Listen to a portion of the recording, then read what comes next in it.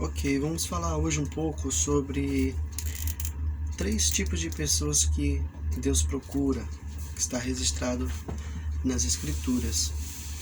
Os três tipos de pessoas que Deus procura. Deus procura os fiéis da terra, isso está lá em Salmo 101, no versículo 6. Diz que Deus procura os fiéis da terra. Deus procura também os adoradores, está lá em João 4:23. A Bíblia diz que Deus procura os adoradores que adorem a Deus em espírito e em verdade. E em terceiro lugar, outro tipo de pessoa que Deus procura está lá em Ezequiel 22:30, que diz que Deus procurou entre eles um homem, um que se ponha na brecha. Então, aqui estão os três tipos de pessoas que Deus procura: os fiéis, os adoradores e os intercessores, né? Esse aqui forma o tripé da igreja, né? Essa aqui é uma linguagem dos céus, né? Não é uma linguagem terrena. Fala da proclamação, fidelidade, fiel na proclamação do Senhor, fiel na proclamação da sua palavra, uma palavra sem mistura, uma palavra sem maquiar, sem hipocrisia, uma palavra verdadeira, uma palavra fiel. Fala dos adoradores, né? Fala proclamação, adoração e intercessão. É o tripé da igreja, uma linguagem dos céus, não uma linguagem terrena. Então nesse estudo nós vamos ver que sempre vai aparecer o número 3, né? O número 3 também fala de uma movimentação de Deus, tá? Assim como esse tripé da igreja, proclamação, adoração, intercessão, é uma movimentação de Deus sobre a terra na sua igreja. Então já falamos sobre os três tipos de pessoas que Deus procura, né? Os fiéis, os adoradores e os que se põem na brecha. Fala de proclamação, adoração e intercessão. Em Provérbios 20, no versículo 6, lá vai dizer assim: muitos se dizem leais, mas há um homem fiel, quem poderá achar? Hoje nós vemos muitas pessoas se declarando fiel a Deus, fiel à proclamação do Evangelho, fiel à sua palavra, uma palavra sem mistura, uma doutrina pura, sã, mas na verdade não são muitos assim, né? A Bíblia diz: muitos se dizem leais, mas a um homem fiel, quem poderá achar? Sabe, a fidelidade é um fruto do Espírito. Está lá em Gálatas 5:22. A fidelidade é um fruto do Espírito. Lá em Apocalipse 17, no versículo 14, vai falar de três tipos de pessoas: os chamados, os escolhidos e os fiéis, tá? Então, os dois primeiros têm a ver com Deus. Deus nos chama, Deus nos escolhe, mas o ser fiel é nós que entregamos isso para Deus, tá bom? Não podemos nos gabar de sermos chamados. Foi o Senhor que nos chamou. Aqui fala de etapas, né? Eu fui chamado pelo Senhor, depois eu fui escolhido. E ser escolhido também implica em você entregar a sua vida de fato ao Senhor, no sentido de que Jesus disse: aquele que quer me seguir, tome sua própria cruz e siga-me. Então, o ser chamado é uma etapa. Eu fui chamado, mas a Bíblia diz assim: muitos são chamados, mas poucos escolhidos, porque o ser escolhido implica em você deixar a sua vida para ganhar a vida de Deus, o Zoé de Deus. E para isso precisamos tomar a nossa cruz e segui-lo. E isso requer o seu tempo, isso requer os seus projetos, isso requer as suas finanças, enfim, é uma outra etapa. E a última etapa é o ser fiel até o fim, fiel em tudo aquilo que Deus te chamou para fazer, em tudo aquilo que Deus estabeleceu na sua palavra. Quando Deus... Então, como eu havia falado, né, são 3 etapas chamados os escolhidos e os fiéis. Como eu venho dizendo, esse nível, né, de ser encontrado fiel é um nível mais alto, né. Eu quero citar também Apocalipse 12, 17, olha só que interessante, vai aparecer também aqui, também são 3 níveis. Interessante que eu estou falando sobre Daniel, o livro de Daniel, vou falar um pouco sobre o livro de Daniel e Apocalipse, que os 2 livros têm bastante a ver um com o outro, tem algo interessante aí que eu quero falar também. Então veja só, eu citei Apocalipse 17, 14, né, que são chamados, escolhidos os fiéis. Agora Apocalipse 12, no versículo 11, diz assim, ó: eles o venceram pelo sangue do Cordeiro, pela palavra do testemunho que deram diante da morte, e diante da morte não amaram a própria vida. Vou repetir. Eles os venceram, eles o venceu pelo sangue do Cordeiro, pela palavra do testemunho que deram, e em face da morte não amaram a própria vida. Então esse é o último nível. Os que em face da morte não amaram a própria vida. Isso tem a ver também com a intercessão, né? Como eu estou falando, a proclamação, a adoração e a intercessão. Então, esse último nível é um nível mais elevado, né? Em face da morte, não amar a própria vida. Então, novamente repete os 3 aqui. Eles o venceram pelo sangue do Cordeiro, pela palavra do testemunho, e em face da morte abriram a mão de suas próprias vidas. Então, como eu disse, né, eu vou falar um pouco agora sobre o livro de Daniel, né. Vamos falar agora sobre a adoração. Falamos um pouquinho sobre os fiéis da terra, né, a fidelidade que está ligada à proclamação. Vamos falar um pouquinho sobre a adoração. A gente sabe que Nabucodonosor ele fez uma imagem, né, de 27 metros, quero que você preste atenção nisso, 27 metros de altura e 2,70 metros de largura. Veja, o número 27 ele está ligado à adoração, tá? O livro de Levítico é o livro da adoração, um livro que fala muito sobre sacrifício, ofertas, né? Ali estão as 5 ofertas representando, apontando para Cristo. Então veja que o livro de Levítico ele tem 27 capítulos. Então veja que aparece o 3 de novo aqui, ó, porque 3 vezes 9 é 27. O 9 aponta para o Espírito Santo. Por quê? O Espírito Santo a Bíblia fala sobre os 9 dons do Espírito e fala também sobre os 9 frutas, né? Facetas do fruto do Espírito Santo também são 9. Então, e 3, como eu estou falando, né? É a movimentação de Deus. Então 3 vezes 9 é 27, né? O número 27 está ligado à adoração. E Nabucodonosor ele manda fazer uma estátua de 27 metros, não à toa.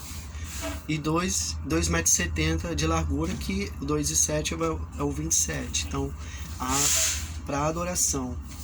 E o interessante é que essa estátua ela foi feita na planície, né? Planície é um outro assunto também muito legal, quando a gente fala sobre planície, fala onde o inimigo ele usa dessa estratégia de trazer o povo para a planície. Então a gente sabe que as vitórias que Deus deu ao seu povo sempre foi ou nos montes ou nos vales e nunca na planície. Por isso que ele fez na planície.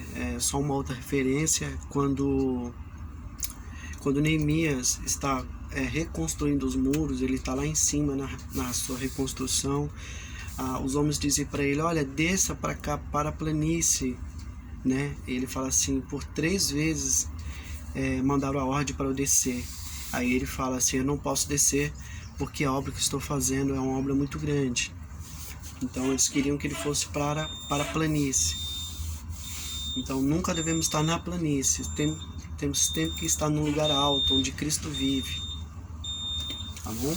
Então vamos lá. E aí ele chama, né? Ele chama os sátrapas, os prefeitos, os governadores, os conselheiros, os tesoureiros, os juízes e os magistrados. São 7, tá? É uma cópia do reino, né? Esse 7, o número 7 aqui que eles usam, né? É uma cópia do reino. Por quê?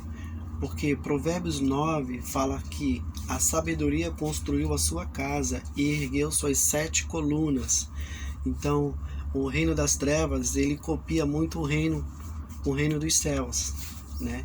E então ele faz essa estátua, chama esses governos, né, que são os sátrapas, os prefeitos, os governadores, os conselheiros, os tesoureiros, os juízes, os magistrados. Você vai ver também repetindo esses 7 aqui, não esses, mas outros 7. Você vai ver no livro de Esté também, repete também 7 tipos de autoridades.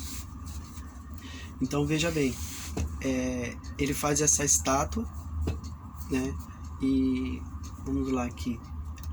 Também nós podemos fazer uma alusão, né, a Isaías 11, que fala das 7 manifestações do Espírito de Deus, né? Como disse, o reino das trevas, ele é uma cópia, né? Ele é uma cópia, ele sorrateiramente um engano, ele tenta copiar o reino.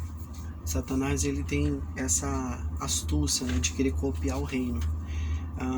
Isaías 11, né, vai falar sobre os 7 manifestações do Espírito de Deus, né? O Espírito do Senhor, o Espírito de sabedoria, de entendimento, de conselho, de poder, de conhecimento e temor do Senhor, né? Então, nós sabemos que em Daniel 3, 5, 6, ele vai falar sobre esse evento. Deixa eu ler aqui. Então ele fez a estátua, né? Colocou lá para todo mundo adorar. E ele diz assim: quando ouvir o som da trombeta, do pífaro, da cítara, da harpa, do saltério, da flauta dupla e de toda espécie de música, prostem-se em terra e adorem a imagem de ouro do rei Nabucodonosor, que ele ergueu. Veja, ao som da música as pessoas teriam que se prostrar. Então a adoração, nós sabemos que ela não é música, né? A adoração, ela é um estilo de vida, mas o elemento música, né, ele está muito envolvido na adoração, né? Nós não podemos tirar a música da adoração, do louvor, porque isso faz parte. Mas nós sabemos que a adoração em si não é a música, né? É o nosso estilo de vida. A gente vai ver isso na vida de Sadraque, Mesaque e Abidnego. Aqui mais uma vez, 3, Sadraque, Mesaque e Abidnego. Então ele está falando ao som da harpa, da cítara, da gaita, ou seja, quando a música estiver tocando, então se prostrem, porque o reino sabe que também a música é um elemento de adoração. E a gente sabe que, na verdade, para quem já conhece a história, sabe que eles não se prostram diante da imagem. Eu quero ver aqui o relato, né?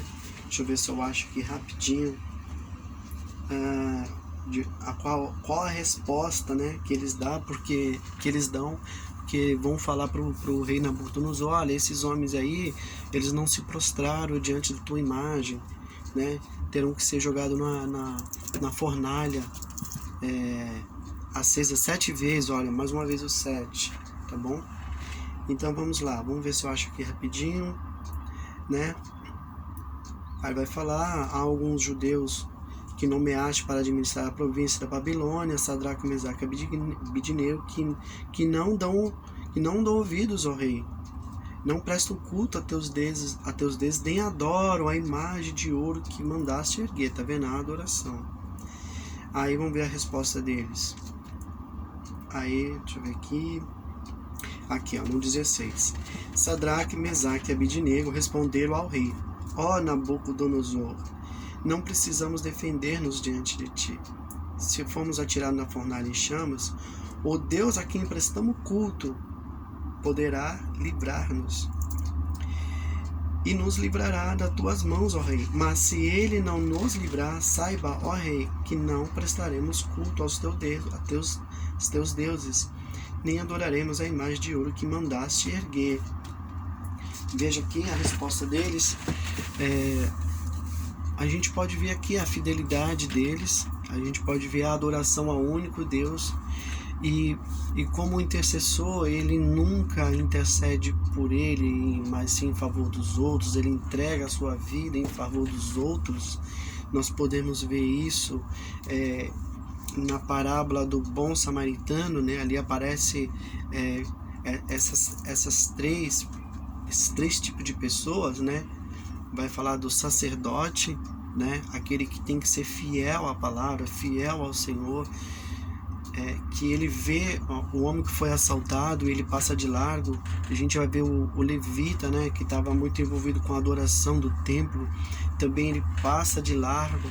Mas aquele homem, o bom samaritano, representando um intercessor, né, ele representa aquele que intercede.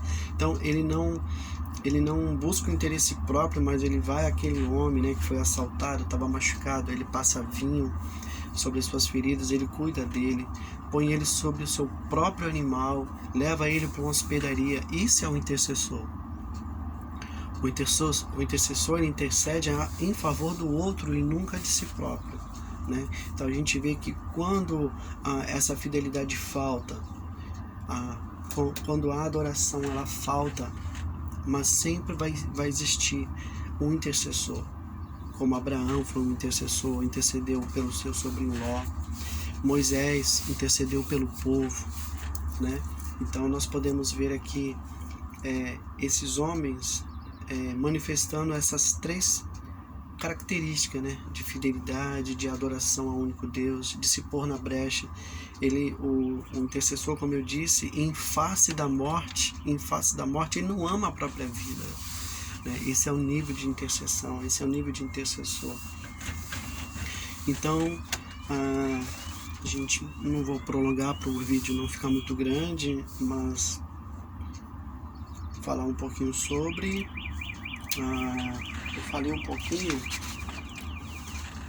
sobre essa estátua, né? Essa estátua de Nabucodonosor, né?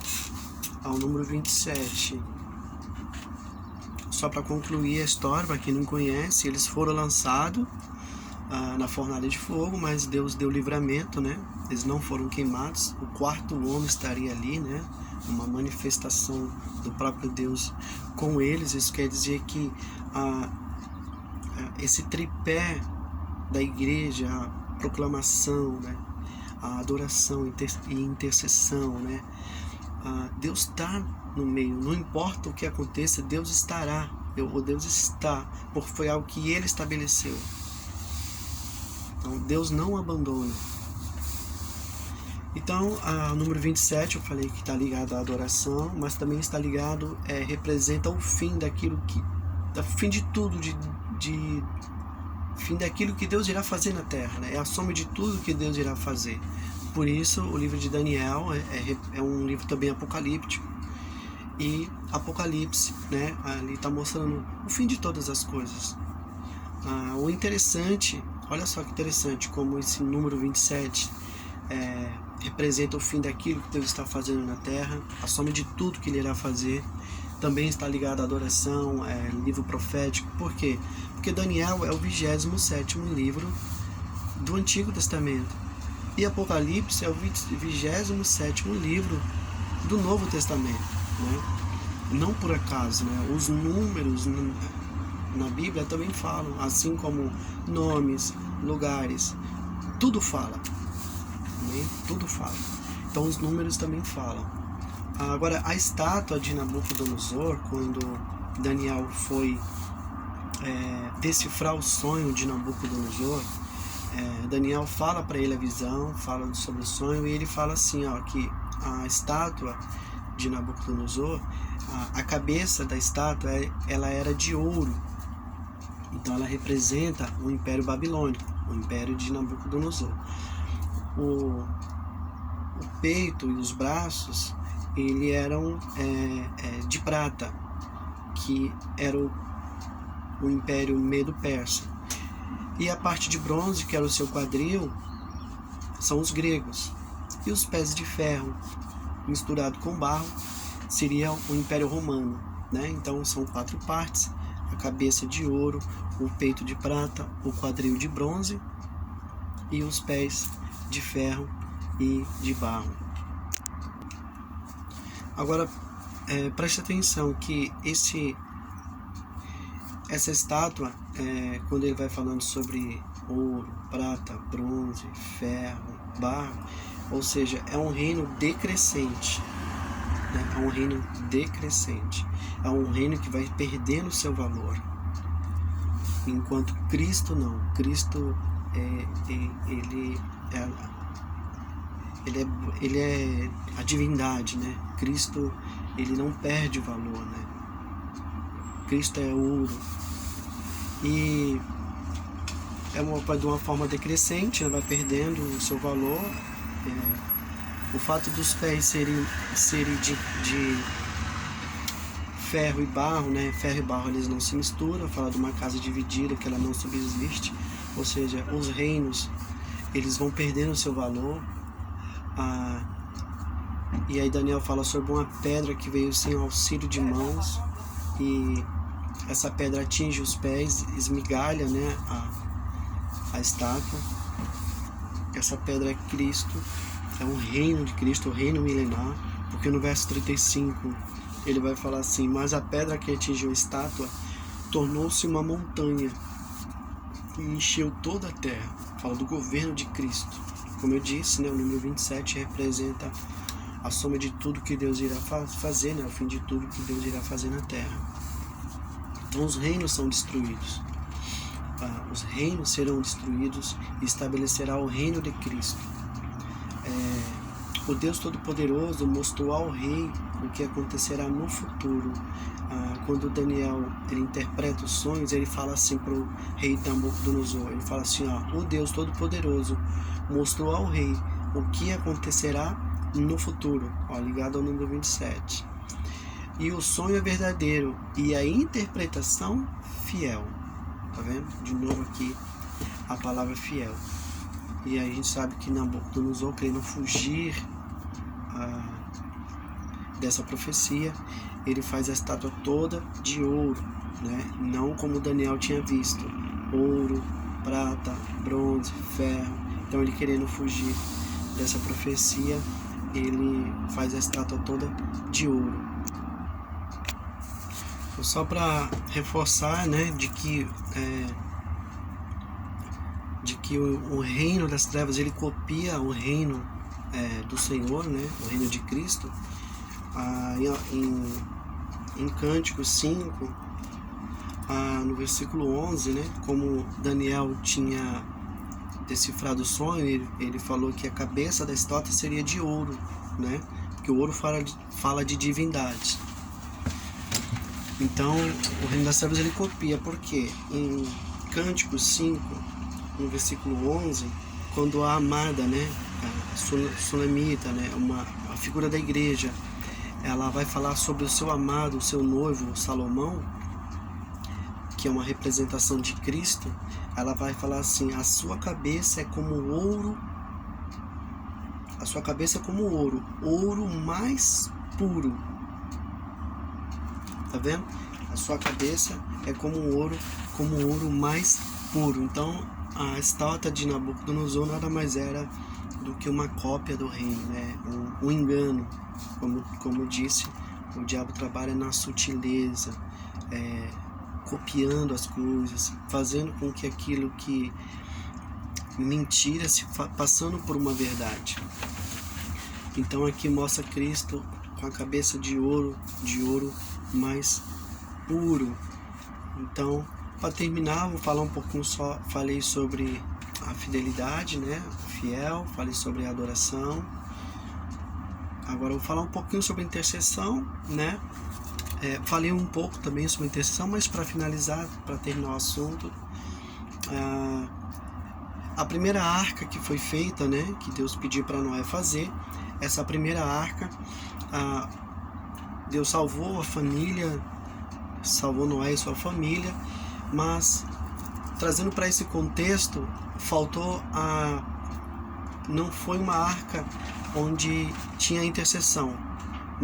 Ele não intercedeu por ninguém que estava ao seu redor, né? Ele salvou e salvou sua família, cumpriu um propósito, mas ele não intercedeu pela humanidade, ele não intercedeu por vidas.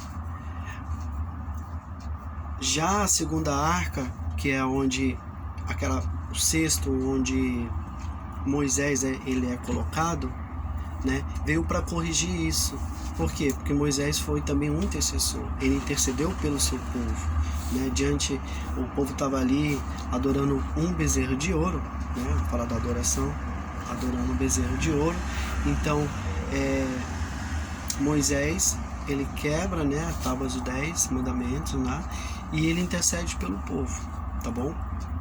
E a terceira arca, que foi a que Deus pediu para Moisés fazer, fala da adoração, né? A arca da aliança, né?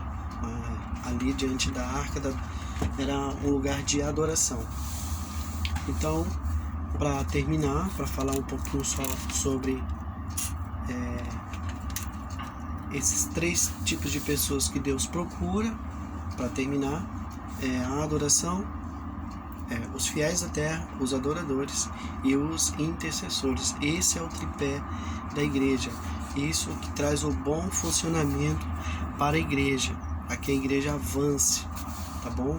A gente pode ver isso na vida de Pedro, João e Tiago, né? Eram os 3 que andavam com Cristo, foram homens. Pedro representando ali a proclamação, né? Porque na sua pregação 3.000 pessoas foram ganhas no dia de Pentecostes. A gente pode ver João como o adorador, aquele que reclinava sua cabeça no peito de Cristo, né? Fala da adoração. E Tiago, né? Aquele que foi morto a fio da espada, né? É um tipo de intercessão, né? Então a gente vê que esse tripé é algo que fica em pé, né? Que sustenta algo aqui em cima, que se você tirar um dos pés, cai. Então o tripé, ele é um tripé. Não se sair um desses 3 pés, então a estrutura cai. Então, para que essa estrutura funcione, é necessário que esses 3 estejam de pé: adoração, intercessão e proclamação. Tá bom? Espero que vocês tenham gostado e até a próxima.